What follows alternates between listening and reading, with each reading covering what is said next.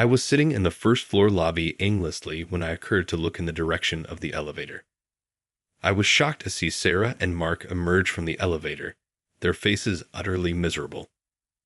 I hurried to them without stopping to ponder. What took place? The demonstration. It's just been 10 minutes or so. Sarah shook her head feebly. It's finished already. She sounded as though she was about to cry in her voice. How on earth could that have happened? My name is Charles. I'm 30 years old, and right now I'm facing the two of them while tightening my fists on the first level of Grand Holdings. Best of luck. Everything will be okay. I'm sure of it. Mark, the seasoned senior employee, nodded mildly at what I said. Then there was Sarah. She bit her lip anxiously. This Johnson Advertising president. Sure, we can handle this. We're sure to succeed with your film and Mark's flyer design, right? Sarah flashed me a charming grin, dressed in a navy blue suit and with her beautiful black hair pulled back. You can almost make out her adorable double tooth when she smiles. Yes, I put all of my effort and abilities into the film, and I think it will turn out great. Kindly give the presentation your all. The elevator's doors opened as it descended from the top levels, and I bowed deeply. Mark and Sarah came inside and looked at me. All right, let's go. As I saw the numbers on the display rise, the elevator doors closed with those words. My chest throbbed with my heartbeat. Everything will work out. I sat down in a corner of the large lobby, telling myself that over and over. The Grand Holdings new product advertising competition begins today. It was a hard project because of the rather ambiguous budget and project scope. Johnson Advertising has so been putting a lot of effort into it for months. Every company has been allotted 45 minutes to showcase their proposals. Ours began at 6:00 p.m. Only 2 representatives from each company were allowed to participate due to the recent outbreak of an infectious ailment. Because of this, Sarah, who made the estimates, and Mark, who is the best print designer in our company, took part, and I stayed in the lobby in case they required anything related to the video I made. Sarah, the 28-year-old president who had vanished behind the elevator doors earlier, took on the post not as a superwoman, but rather because her parents, the company's previous leaders, had died unexpectedly. Many employees of Johnson Advertising departed the company after the unexpected death of the previous president, who had a significant effect. Just a few of workers, like Mark, who was worried about Sarah, remained, transforming the business into a prestigious but little advertising agency. They've been just making ends meet with the ongoing projects they've been able to hold onto, but their financial circumstances are probably dire. To get a big contract, we have to win this competition, which came to us through the former president's contacts. Sarah put forth a lot of effort to create a proposal that would differentiate hers from the others. A year ago, I started working as a video editor for this faltering company, fighting with the figures and the estimates. Originally specializing in print work, Johnson Advertising began outsourcing its video assignments to independent contractors when they began to come in. However, they made the decision to bring on an internal video editor when we started getting more requests for flyer and video packages together. That's when I grabbed hold of the chance. After college, I had worked in sales at first, but it wasn't a career I was comfortable in. My pay was poor and my performance was subpar as a result. While I was idly viewing films on the internet one day, I noticed an advertisement for a crowdsourcing website. It served as a platform for connections between individuals seeking different types of work and those seeking to outsource tasks. It was possible to complete transactions without disclosing private information such as residences or true identities. Of course, using the website came with fees for intermediaries. I was intrigued by the concept and began researching it. I discovered that almost any profession could be done from home in today's internet-driven society, and the more I read, the more I wanted to give it a shot. I looked into careers that seemed profitable and approachable for newcomers, and I decided to pursue video editing. I had only ever worked on video production once during a class in high school. I had a hard time at first even inputting a single line of text. I couldn't accomplish it at all. However, as I eventually got the hang of it, I began to like it and became engrossed in the details, which led to me earning a respectable grade. I was even given praise by my teacher, who said, "You have a good eye." I started educating myself video editing after keeping it in mind. After a few months of schooling, I submitted for any job that required a video editor and posted some of my own videos to a crowdsourcing website, giving my old cat, Mittens, as a nickname. Even though the first jobs paid very little, I felt accomplished because my work was acknowledged as professional. But as time passed, my need for more grew. I started to feel worn out because so many of the tasks didn't pay enough for the amount of time they required. Then a job that paid rather well came. Mist was the name of the client. I applied with little hope of getting hired, but I did. In addition, I got great feedback on my work. From that point on, Mist would periodically bring me contracts, and I had a quite busy life, working as a side contractor in the evenings after getting home from my sales job. But soon, I realized that I wanted to give up sales and focus only on video editing for a living.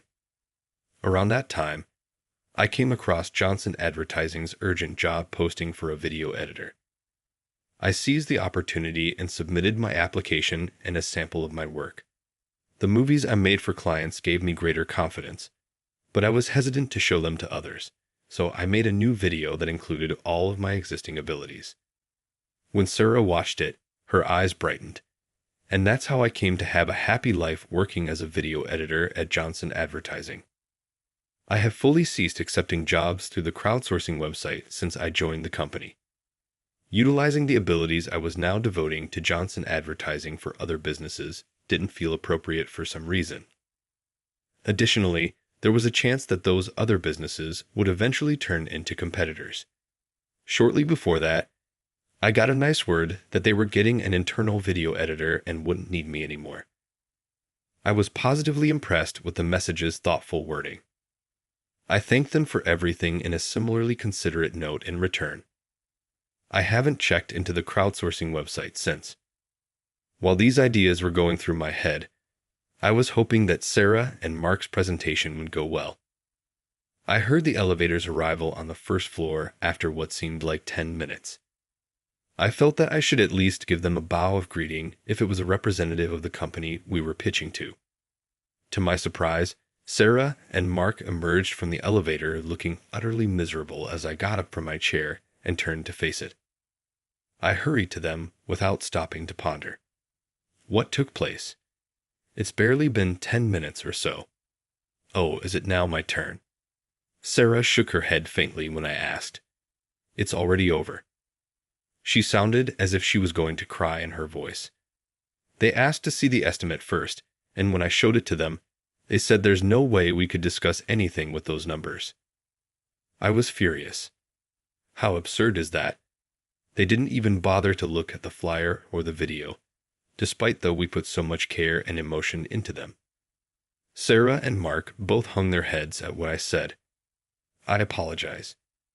You put in a lot of work, and to our dismay, they didn't even look at my estimate, let alone give us the opportunity to present. They were holding presentation materials, which I took. Sarah's surprised eyes grew wide. There is still a lot of time remaining. I will not stand for it. I don't care how big they are if they still refuse to accept us. Even if they wind up detesting us, I'm okay with not dealing with a firm like that. I swiftly hit the close button after leaving those comments behind and entered the elevator. Sarah and Mark's shocked expressions vanished from view as the door closed, and the elevator shifted gradually. The 10th floor housed the presentation room. The elevator was going up as I nervously watched the numbers grow, when all of a sudden it halted at the 4th floor. Hurry up already. I waited for the door to open, gritting my teeth. When it eventually happened, I saw an incredibly gorgeous woman in person. She stood beside me, bowing slightly. Her subtle perfume smell drifted through the air, but I had no time to get sidetracked by her. I clicked the shut button again, immediately after making sure she was on board.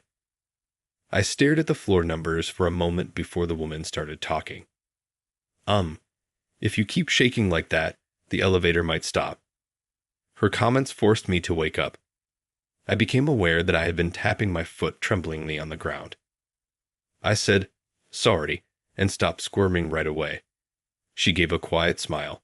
"It's all right. The 10th level. By any chance, are you here for the advertising presentation?" A little taken aback, I nodded. At that moment, the doors to the elevator on the 10th floor opened. She called after me as I made a hasty exit. "We are traveling to the same location. Allow me to lead the way." Oh, and I apologize for the late introduction. As she talked, she gave me her business card. I pulled out my own card and gave it to her, even though I didn't think I required an introduction or a guide. I was astonished to see the card she had given me.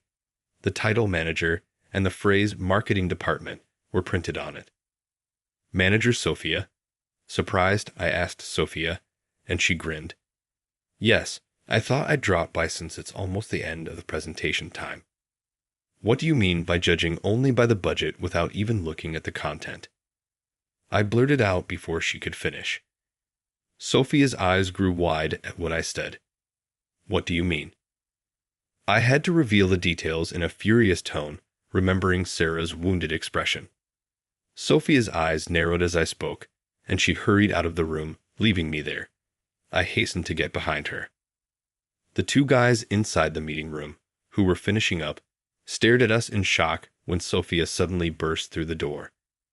Their apparent belief that the presentation was already concluded enraged and frustrated me. "What are you doing?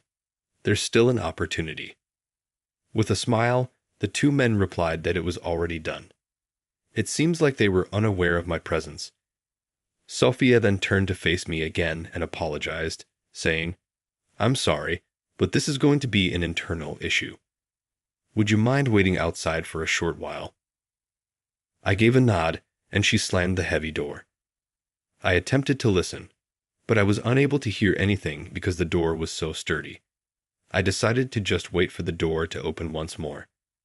The door opened after some time, and both men and Sophia bowed profoundly to me.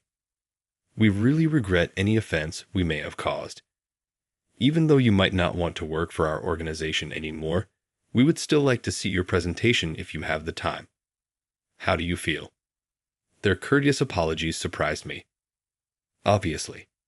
I'll head straight over to grab the others. Sophia said, "Charles." As I turned to go, I had given her a card before, and she had recalled my name. Normally, we only allow 2 representatives per company, but since you're already here, we'd love for you to join us as well. After saying that, it was determined that I would also participate in the presentation.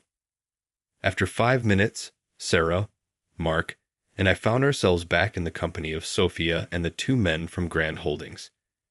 We showed them the concepts for the flyer and video after delivering the estimate, and Sarah spoke confidently as she presented the marketing plan.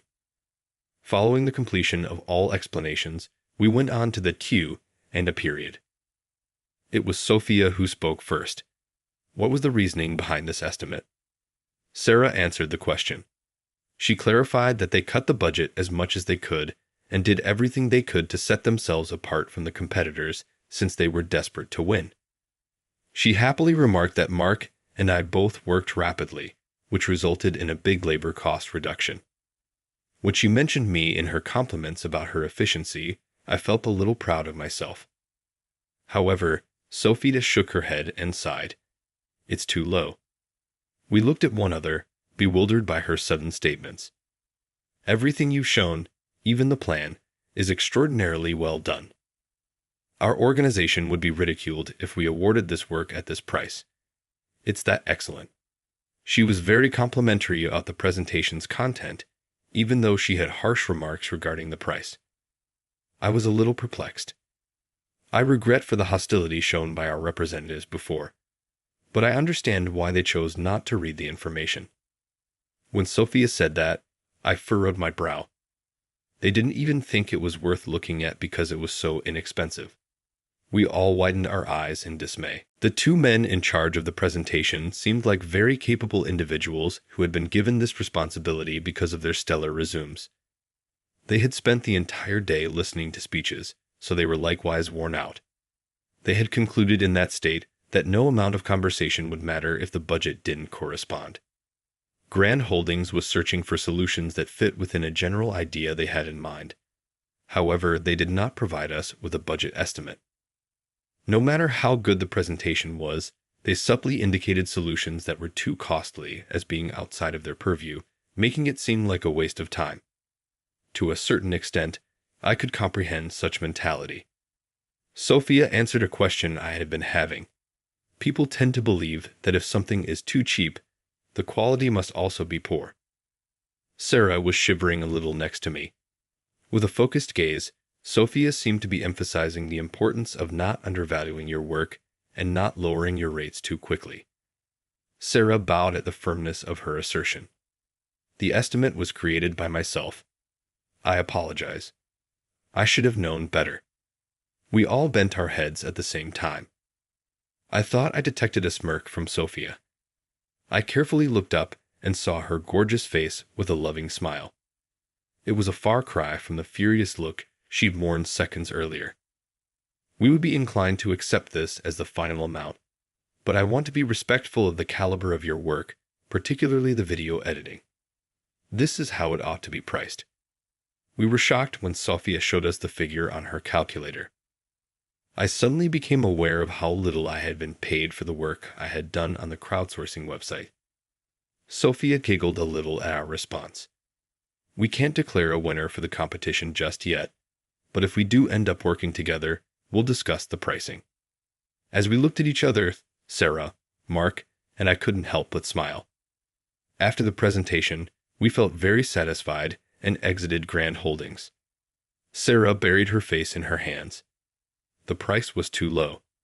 How unflattering. The ability to edit videos is genuinely specialized. Even though I was aware of the challenges, I must have been outsourcing for absurdly low costs.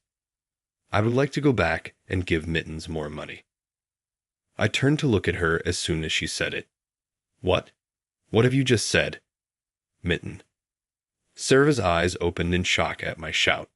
What? Yes, indeed. I used to use a crowdsourcing website to outsource all of our video work before you joined. I now see that my offer was still far too low, even though I felt it was a little higher than other ads. I shook my head, shocked by this. Wait, are you? Sarah's eyes continued to swell. What? How were you aware of this? Oh no, that can't be true. As soon as I saw how astonished she looked, I said, I'm Mittens. In actuality, you were paying fairly liberally in comparison to others. I was tremendously motivated by it at the time. You usually don't know the genuine identities or addresses of the people you deal with on crowdsourcing websites. If they are so similar, you might be able to tell what state they reside in. But I never thought I would run into a client I had worked with here. I essentially just made the switch from being a freelancer hired on an as-needed basis to a full-time employee. How ironic. The situation was so amusing that I had to laugh. Sarah laughed a little, just like me. I was secretly hoping Mittens would apply when we were hiring for a video editor. I considered contacting you, but you hadn't disclosed your location, and it's against the guidelines to make direct contact. It seems that all along you were in Tokyo. It is strictly forbidden for users of a crowdsourcing site to transact directly with one another without first visiting the site. Employing someone would probably be subject to the same restriction. Everything makes sense now. I started equating each application with Mittens, so you may imagine my surprise when you finally showed up. This guy is as good as Mittens, I thought to myself. Well, of course, it's because it was you. We took some time to reflect on the past and exchanged tales about how difficult some projects had been and how others had felt like we were exactly in sync. Sarah abruptly became serious and apologized for underestimating your abilities. I commit to thoroughly assessing your work going forward. Will you then still support me and give me your strength?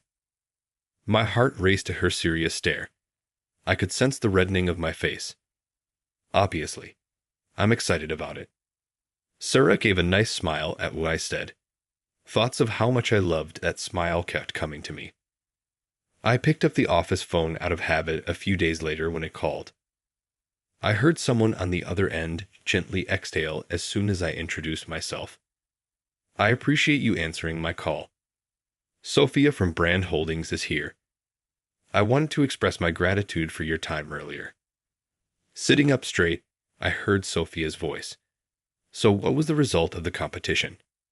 As I turned the phone over to Sarah, our president, I swallowed anxiously, but Sophia persisted, saying, "After looking through the submissions, we've decided that we would love to work with Johnson Advertising on this project. Are you up for the challenge?" I gave a high-pitched fist pump. Every employee in the room looked up at my clenched hand. I'd also like to make our partnership stronger. How about we meet together for a quick meal at some point to better get to know one another? Without releasing the phone from my ear, I exclaimed, "Yes." Even though she couldn't see me, she took a deep bow and said, "We'd be honored." A few days later, the same group of people who attended the presentation got together for supper at a moderately priced restaurant. To be honest, I was so anxious that I was having trouble tasting the food. But Sophia and the two Grand Holdings men were in high spirits, and each time the topic turned back to the presentation, the guys apologized profusely. I couldn't help but sympathize with them, thinking that Sophia had probably given them a hard time. We were going to go to a bar for another round, but both men had small kids at home, so they hurried back to their families. Mark also made the decision to end the evening, claiming he was done drinking. In the end, it was only Sophia, Sarah, and I going to the pub. I was most anxious about Sophia, so Sarah and I were both on edge and trying not to make any mistakes. However, Sophia seemed acus charlis to this environment and naturally put us at ease. Sarah excused herself as the environment warmed up, saying, "Oh, I'll just go to the restroom for a moment," leaving Sophia and me alone. My heart raced in the short calm that followed, as her aroma seemed to get stronger. Sophia asked me, "So, do you have a girlfriend?" as she leaned on her hand and pursed her lips. I shook my head rapidly, not sure how to respond to her query. "I don't possess one." Sophia gave a little laugh. "There must be someone you like then," I asked. Her remark struck a chord with me, and I became agitated. Sophia gave me a fixed look.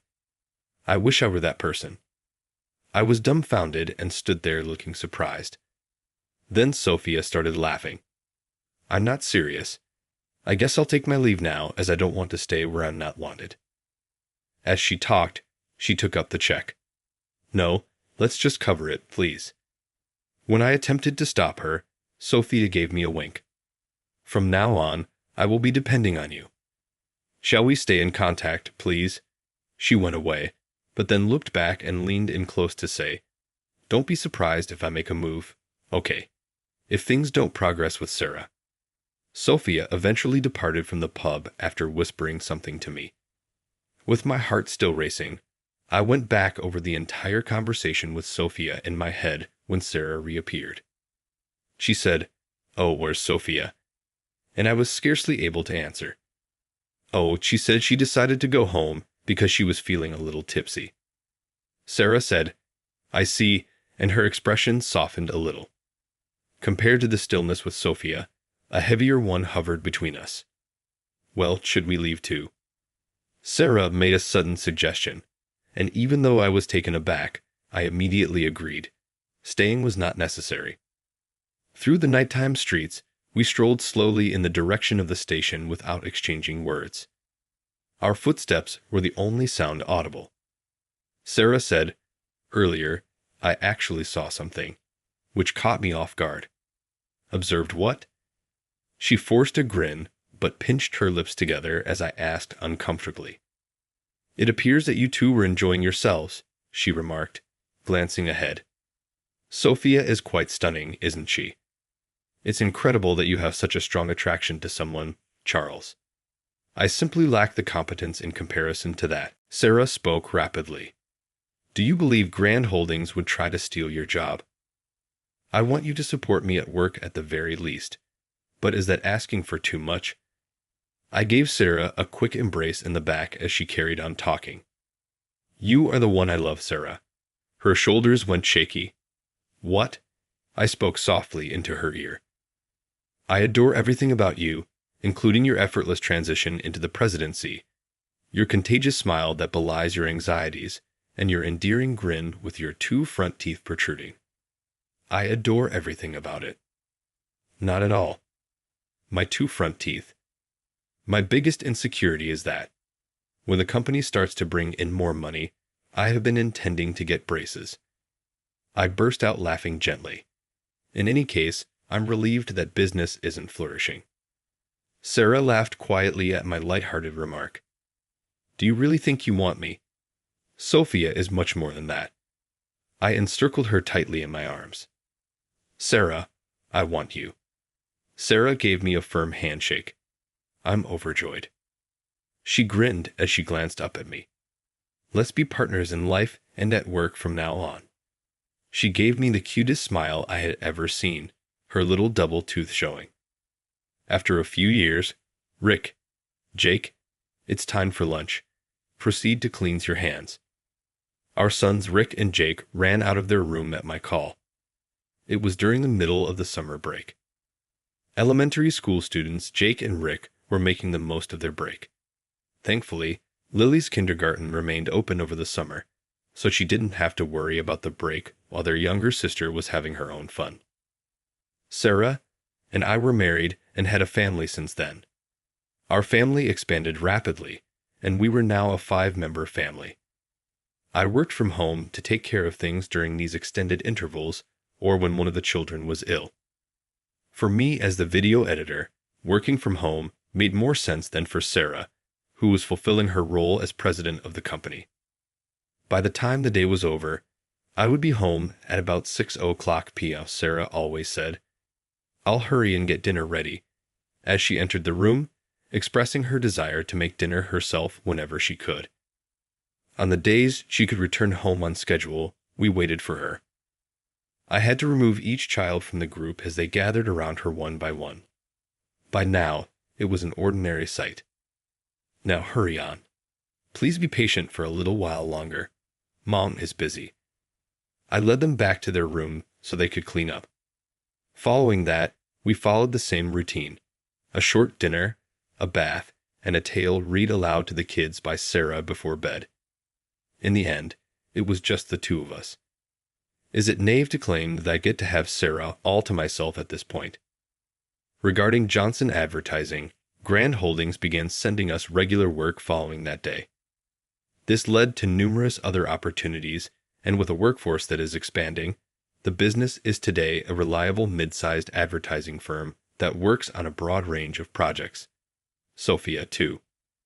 We were invited to the wedding when she eventually married a dashing here. The event was tremendously grandiose, and Sophia looked incredibly pleased, radiant in her bridal gown. I can't help but remember that presentation, which ended abruptly after barely 10 minutes. I may not have been the most professional in my behavior that day. Really, I felt like throwing myself into their office and demanding to be heard. But we wouldn't be in this position now if we hadn't made the effort to present in that competition. My nose was tickled by the mouth-watering aroma of sizzling meat. Sarah's favorite dish has to be the chicken with butter sautéing tonight. The cheerful smell wafted through the home, and I couldn't help but smile as I urged the youngsters to keep cleaning.